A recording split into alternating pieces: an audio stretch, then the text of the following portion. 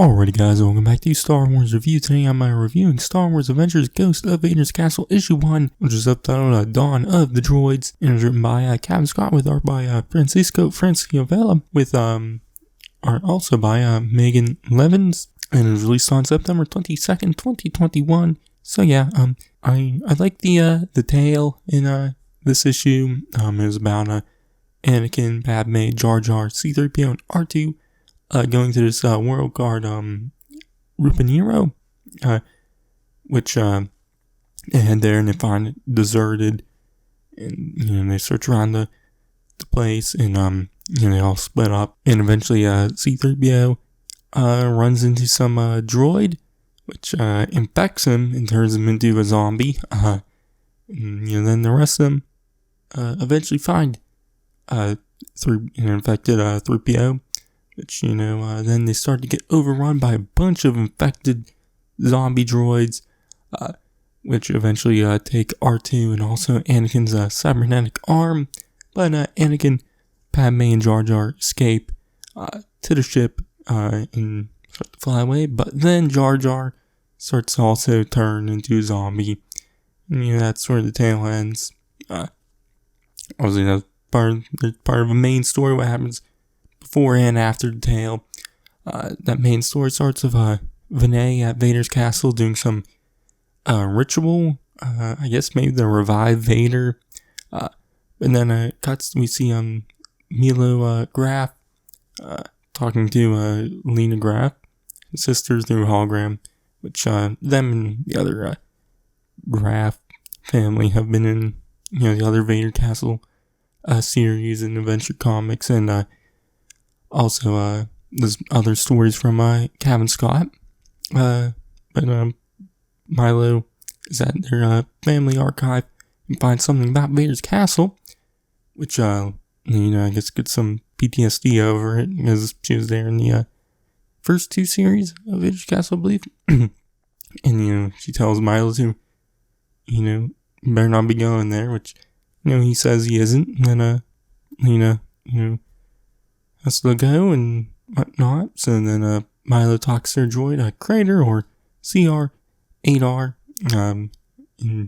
about how he had this dream, about this report they found on a senator and her Jedi bodyguard.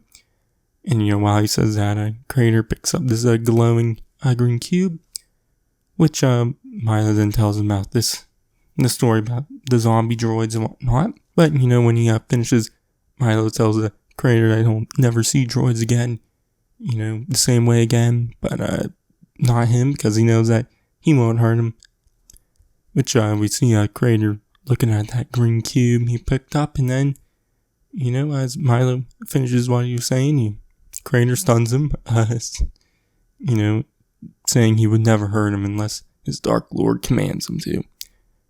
Which we then see him pick up Milo, and with the shadow of Vader, like behind him, a silhouette of Vader behind him. And that's where the main story and then the main, the issue ends. So yeah, I thought it was fine. I really like the art from Francisco Franciavella, or Francavella. I don't know how to pronounce her name. It just really sells that spooky vibe. It just really works well for this type of comic and story and whatnot. But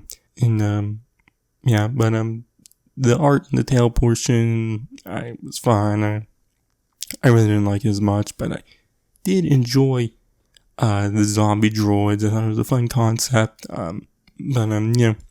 Obviously going off of all the previous Vader Castle series and whatnot, it wasn't like one of my absolute favorite tales from the entire series, but it was definitely one I definitely did enjoy. So yeah, but the main story so far, it's fine. All the other series, I was always kind of more into the tales than the the main stories, but I definitely don't mind them. So yeah, but like I said, I enjoyed the tale in this one. That was a fun one. So yeah, but Anyways, my grade for this one, I'll give it a B. So yeah, but anyways, that'll be it for this review. I'll be doing a review of issue 2 next, so you can check that out then. But in the meantime, you can check out I did reviews last year of Tales from Vader's Castle, Return to Vader's Castle, and the Shadow of Vader Castle one shot. Tales and Return were 5-issue series. Obviously, the Shadows was a one shot, so you can check those out. But I've been Star Wars Review, and I'll catch you guys in the next one.